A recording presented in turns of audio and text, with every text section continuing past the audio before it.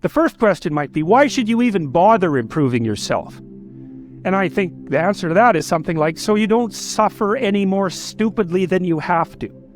And maybe so others don't have to either. It's something like that. Like there's a real injunction at the bottom of it. It's not some casual self-help doctrine. It's that if you don't organize yourself properly, you'll pay for it, and in a big way, and so will the people around you. Now, and you could say, well, I don't care about that, but that's actually not true. You actually do care about that, because if you're in pain, you will care about it. And so you do care about it, even if it's just that negative way, It's very rare that you can find someone who's in excruciating pain who would ever say, well, it would be no better if I was out of this. Sort of pain is one of those things that brings the idea that it would be better if it didn't exist along with it. It's incontrovertible. So you get your act together so that there isn't any more stupid pain around you than necessary. Well, so then the question might be, well, how would you go about getting your act together? And the answer to that, and this is a phenomenological idea too, it's something like, look around for something that bothers you and see if you can fix it. I often tell people too, fix the things you repeat every day, because people tend to think of those as trivial, right? You get up, you brush your teeth, you have your breakfast, you have your routines that you go through every day. Well, those probably constitute 50% of your life. And people think, well, they're mundane, I don't need to pay attention to them. It's like, no, that's exactly wrong. The things you do every day, those are the most important things you do. Hands down. All you have to do is do the arithmetic.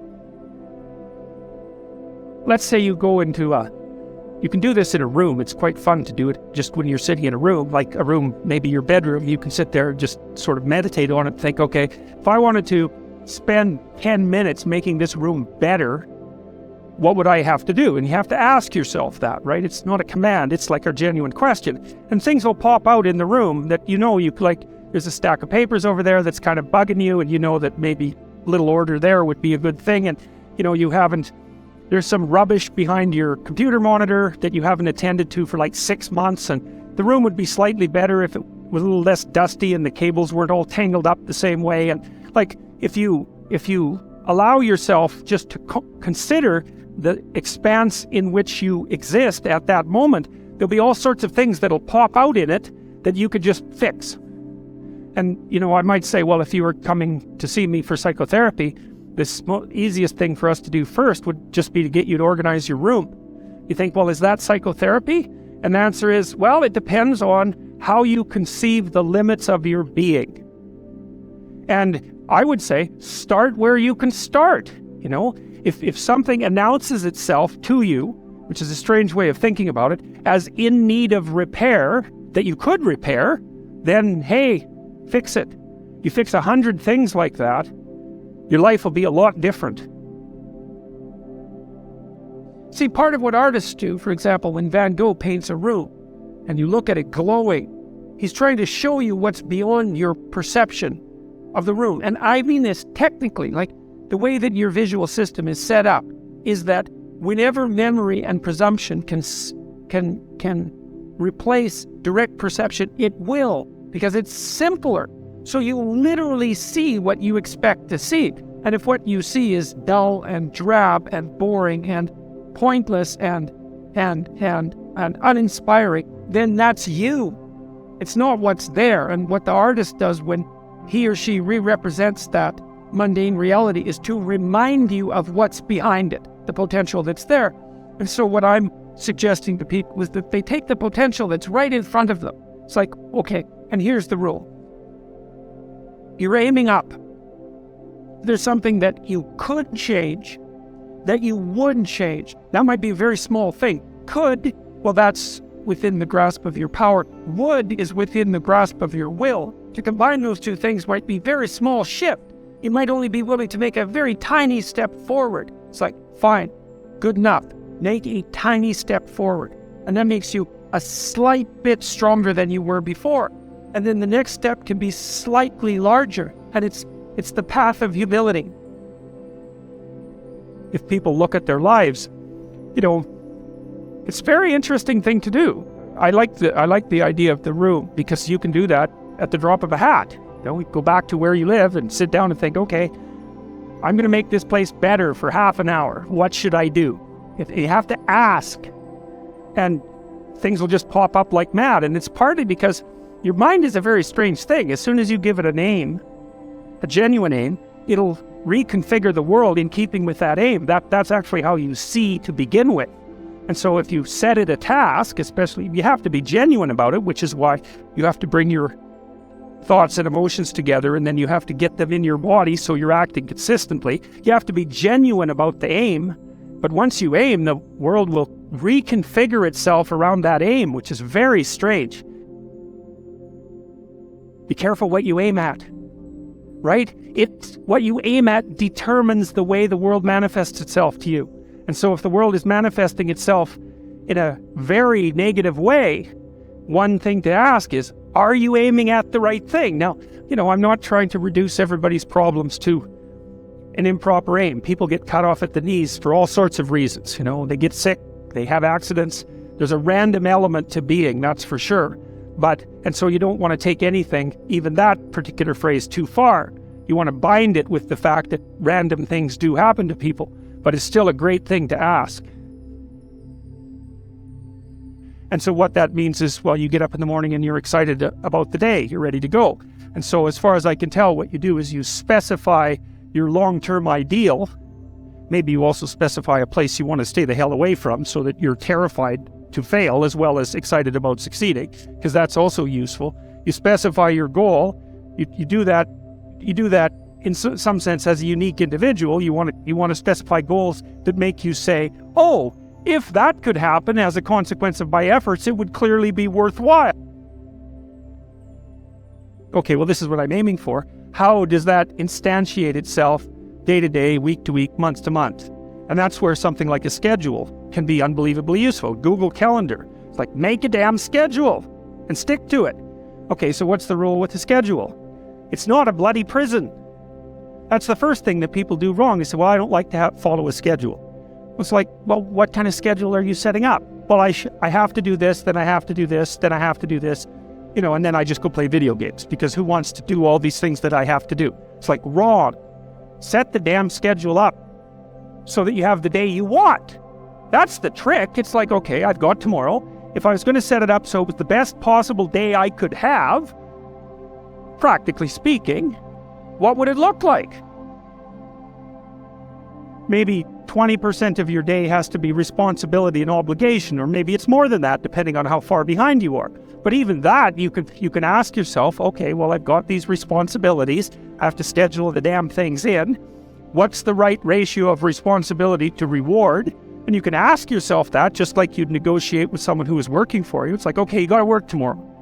Okay, so I want you to work tomorrow. And you might say, okay, well, what are you going to do for me that makes it likely that I'll work for you? Well, you could ask yourself that, So maybe you do an hour of responsibility and then you play a video game for 15 minutes. I don't know, whatever turns your crank, man. But, you have to negotiate with yourself and not tyrannize yourself. Like you're negotiating with someone that you care for, that you would like to be productive and have a good life. And that's how you make the schedule. It's like, and then you look at the day and you think, well, if I had that day, that'd be good. Great.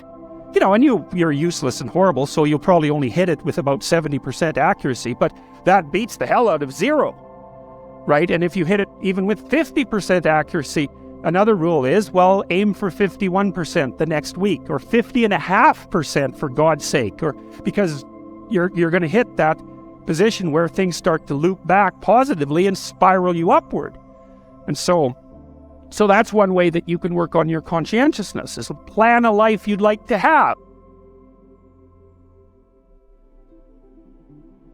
We're built for a burden, and we're not happy without that burden, and we want to find the one that suits us, and that's difficult. It's part of the adventure of life to seek out the burden that suits you.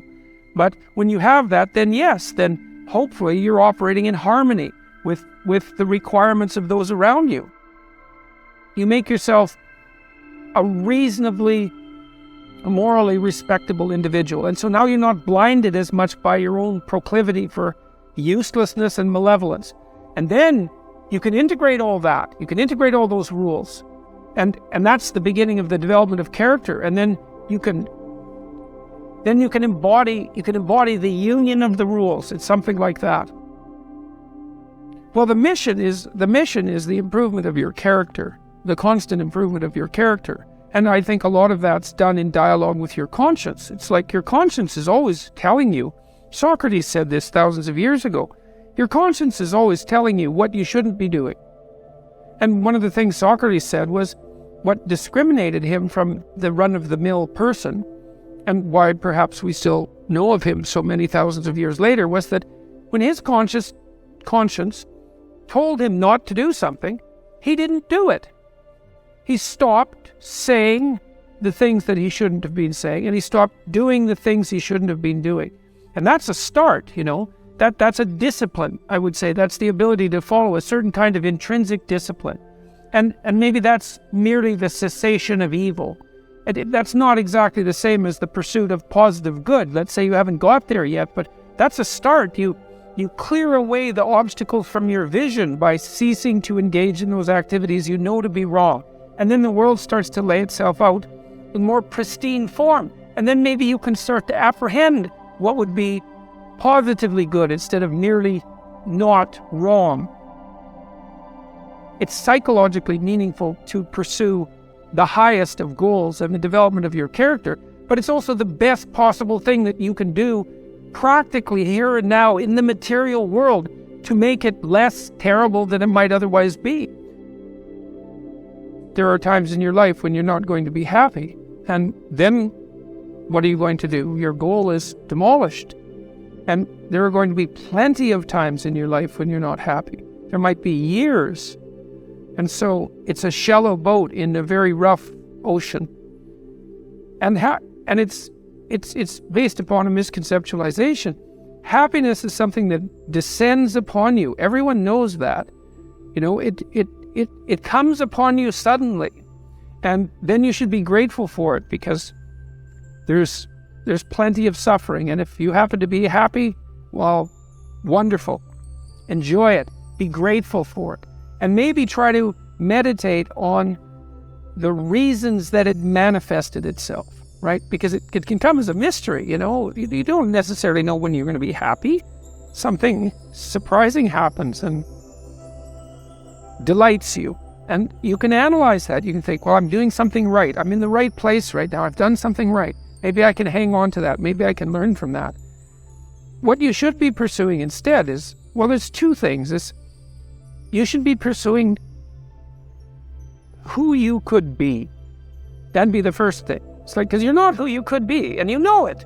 You have guilt and shame and regret, and you berate yourself for your lack of discipline and your procrastination and all your bad habits. You know perfectly well that you're not who you could be. And God only knows who you could be. And so that's how you should be that's what you should be striving for. And associated with that, you should be attempting to formulate some conception of the highest good that you can conceive of, that you can articulate. Because why not aim for that? It's like your life is short and it's troublesome.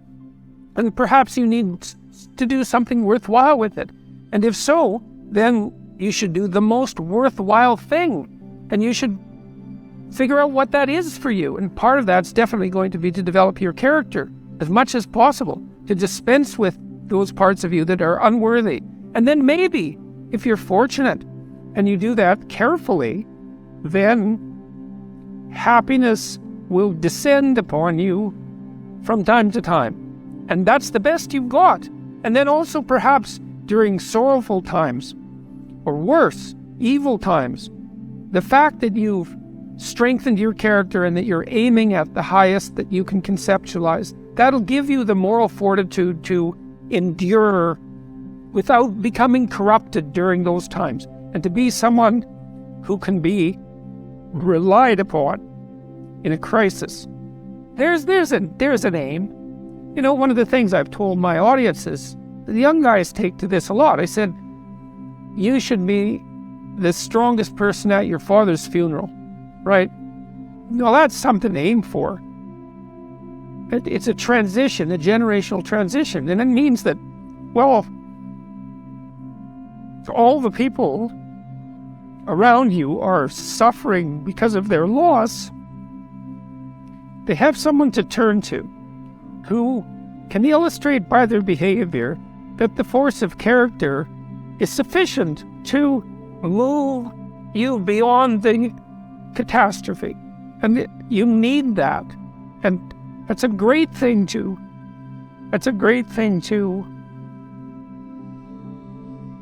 hypothesize as your aim. And the happiness just evaporates as irrelevant in light of that sort of conceptualization. The internal problem is, how do you deal with tragedy and malevolence? And you could say, well, I'm not prepared. It's like, yeah, fair enough. Unsurprising, especially if you were overprotected as a child. It's not a good idea to overprotect your kids because the snakes are going to come into the garden no matter what you do. And so then you, instead of trying to keep the damn snakes away, what you do is you arm your child with something that can help them chop them into pieces and make the world out of them. So that the trick for human thriving in the face of suffering and malevolence is strength, not protection. It's a completely different idea. We also know this clinically. We know, for example, that if you treat people with exposure therapy for agoraphobia, which is, roughly speaking, the fear of chaos, I would say, the fear of everything, you don't make them less afraid. You make them braver. It's not the same thing. And the thing to me is that everything else pales in comparison to that.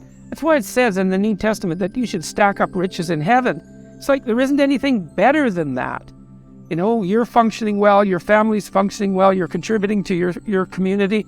What you're doing is worthwhile, you know? You're not tormented by your conscience. You're aiming at something that the sacrifices that you have to make that clearly justify the sacrifices you have to make. Maybe even the sacrifice of your life, because you're in this, like this is a mortal game. You're in this with your whole life.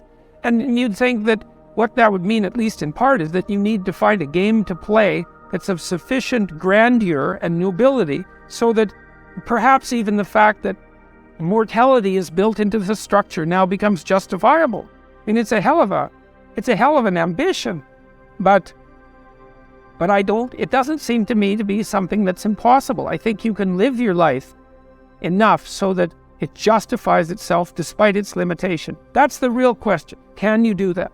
And I believe that you can, and I believe that what that means is that the human spirit fundamentally triumphs over death.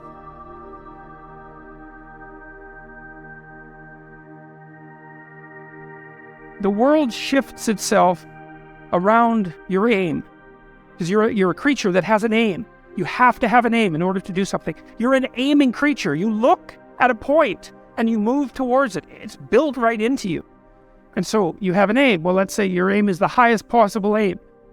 Well, then, so that sets up the world around you. It organizes all of your perceptions. It organizes what you see and you don't see. It organizes your emotions and your motivations. So you organize yourself around that aim, and then what happens is the day manifests itself as a set of challenges and problems, and if you solve them properly, then you stay on the pathway towards that aim, and you can concentrate on the day, and so that way you get to have your cake and eat it too, because you can point into the distance, the far distance, and you can live in the day. And it seems to me that makes every moment of the day supercharged with meaning. That's how, because if everything that you're doing every day is related to the highest possible aim that you can conceptualize, well, that's the very definition of the meaning that would sustain you in your life. Well, and then the issue is, well, back to Noah. Well, all hell's about to break loose and chaos is coming. It's like when that's happening in your life, you might want to be doing something that you regard as truly worthwhile, because that's what will keep you afloat when everything is flooded. And you don't want to wait until the flood comes. Just start doing that, because if your ark's half built and you don't know how to captain it, the probability is very high that you'll drown. Human beings are weird creatures because we're much more activated by having an aim and moving towards it than we are by attainment. And what that means is you have to have an aim, and that means you have to have an interpretation. And it also means that the nobler the aim, that's one way of thinking about it, the better your life. And that's a really interesting thing to know because, you've heard ever since you were tiny that you should act like a good person and you shouldn't lie, for example. And you might think, well, why the hell should I act like a good person and why not lie? Even a 3-year-old can ask that question because smart kids learn to lie earlier, by the way. And they think, well, why not twist the fabric of reality so that it serves your specific short-term needs? I mean, that's a great question. Why not do that? Why act morally? If you can get away with something and it brings you closer to something you want, well, why not do it? These are good questions. It's not self-evident. Well, it seems to me tied in with what I just mentioned. It's like you destabilize yourself and things become chaotic. That's not good. And if you don't have a noble aim, then you have nothing but shallow, trivial pleasures, and they don't sustain you. And that's not good because life is so difficult, so much suffering, it's so complex. It ends and everyone dies and it's painful. It's like without a noble aim, how can you withstand any of that? You can't. You become desperate, and once you become desperate, things go from bad to worse very rapidly when you become desperate. And so there's the idea of the noble aim, and it's not something. It's something that's necessary. It's the bread that people cannot live without, right? That's not physical bread. It's the noble aim. And what is that? If you configure your life so that what you are genuinely doing is aiming at the highest possible good, then the things that you need to survive and to thrive on a day-to-day basis will deliver themselves to you. That's a hypothesis, and it's not some simple hypothesis, right? Because what it basically says is, if you dare to do the most difficult thing that you can conceptualize, your life will work out better than it will if you do anything else. Well, how are you going to find out if that's true? Well, it's a Kierkegaardian leap of faith. There's no way you're going to find out whether or not that's true unless you do it. So no one can tell you either, because it works for someone else. I mean, that's interesting and all that, but it's no proof that it'll work for you. You have to be all in this game. All right, so you're always in one of these little frameworks, and there's just no getting out of it. And that's because, at any given moment, this is like field theory. There used to be psychological theories that talked about the field of human experience, something like that. And this is kind of what that is. This is a field. And basically what happens is you parse out a little part of the world, say, and so of an amount you can handle. So let's say it has some duration. You're not aiming at something 50 years in the future. It's how the hell are you going to do that?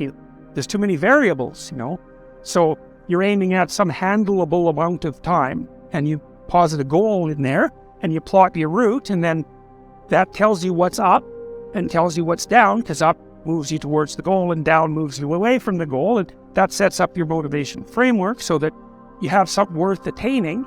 That's a really interesting thing to know too, is like, why have a goal? Well, it's easy. No goal, no positive emotion. Because you experience positive emotion by noticing that you're moving towards a goal. And so if you don't have a goal, well, you can't have any positive emotion. So better have a goal. One thing to remember is that if you don't erect a hierarchical structure with something to aim at, you got no positive motivation, because you experience positive motivation in relationship to a goal, not from attaining the goal. That's satisfaction. Besides, it's fleeting. You know perfectly well. You graduate from university, poof, next day you have a problem, which is what do you do next? And that's a tough problem. It's not like you've solved your problems by winning that game. You just introduced the problem of having to introduce another game. So it's unreliable as a source of positive emotion, but what's reliable is you set a goal and you try to attain it. And then that gives your life, that literally provides your life with meaning. And so you might say, well, what should the goal be? Well, we could start by saying, well, any goal is better than none. And then we might say, well, it should be a goal that other people will let you pursue, because otherwise it's going to be kind of difficult. Maybe they'll be even happy to help you pursue it. That would even be better. And maybe it's a goal that would enable you to learn how to pursue other goals while you pursue that goal. Boy, that would really be good. And so you can see that your goal is parameterized But that doesn't mean that any old goal works. It means there's some goals that work nicely and some not so nicely. There are playable games and non-playable games. That's a good way of thinking about it. And you want to have a playable game. And there's a lot of them. Lawyer, plumber, actor, whatever. They're playable games. And it's not obvious which one's better, but it's certainly obvious which ones are sustainable and which ones are worse. So there's a set of playable games, and you need to extract from that set of playable games a game that suits you. And that would be partly due to your temperament, because extroverted people want to play an extroverted game, and highly neurotic people want to play a safe game, and agreeable people want to play a generous game, and disagreeable people want to play a game that's highly competitive so they can win, and, fine. But they're all within the realm of playable games. The world's way more complicated than a text, and so there's an infinite number of ways that you can look at the world. And so how do we know that any one way is better than any other way? That's a good question. Now, the postmodern answer was we can't. And that's not a good answer, because you drown in chaos under those circumstances, right? Can't make sense of anything. And that's not good, because it's not neutral to not make sense of things. It's very anxiety-provoking. It's very depressing, because if things are so chaotic that you can't get a handle on them, your body defaults into emergency preparation mode, and your heart rate goes up and your immune system stops working, and you burn yourself out. You age rapidly because you're surrounded by nothing you can control. That's an existential crisis, right? It's anxiety-provoking and depressing. Very hard on people. And even more than that, it turns out that the way that we're constructed neurophysiologically is that we don't experience any positive emotion unless we have an aim and we can see ourselves progressing towards that aim. It isn't precisely attaining the aim that makes us happy. As you all know, if you've ever attained anything, because as soon as you attain it, then the whole little game ends. Then you have to come up with another game, right? So it's Sisyphus. Well, you don't want to suffer so much that your life is unbearable, right? That just seems self-evident. Pain argues for itself. I think of pain as the fundamental reality because no one disputes it, right? I mean, even if you say that you don't believe in pain, it doesn't help when you're in pain. You still believe in it, right? You can't pry it up with logic and rationality. It just stands forth as what the fundament of existence, and that's actually quite useful to know. You say, well, you don't want any more of that than is absolutely necessary. And I think that's self-evident. Then you say, wait a minute, it's more complicated than that. You don't want any more of that that's necessary today, but also not tomorrow and not next week and not next month and not next year. So however you act now, better not compromise how you're going to be in a year, because that'll just be counterproductive. That's part of the problem with short-term pleasures, right? It's like act in haste, repent at leisure. Everyone knows exactly what that means. So you have to act in a way that works now and tomorrow and next week and next month and so forth. And so you have to take your future self into account. And human beings can do that. And taking your future self into account isn't much different than taking other people into account. There's no better pathway to self-realization and the ennoblement of being than to posit the highest good that you can conceive of and commit yourself to it. And then you might also ask yourself, and this is definitely worth asking, is do you really have anything better to do? And if you don't, well, why would you do anything else? And the probability is that if you manifest yourself properly in the world, that those things will come your way is extraordinarily high, and I believe that that's exactly right. I mean, I've watched people operate in the world, and I would say that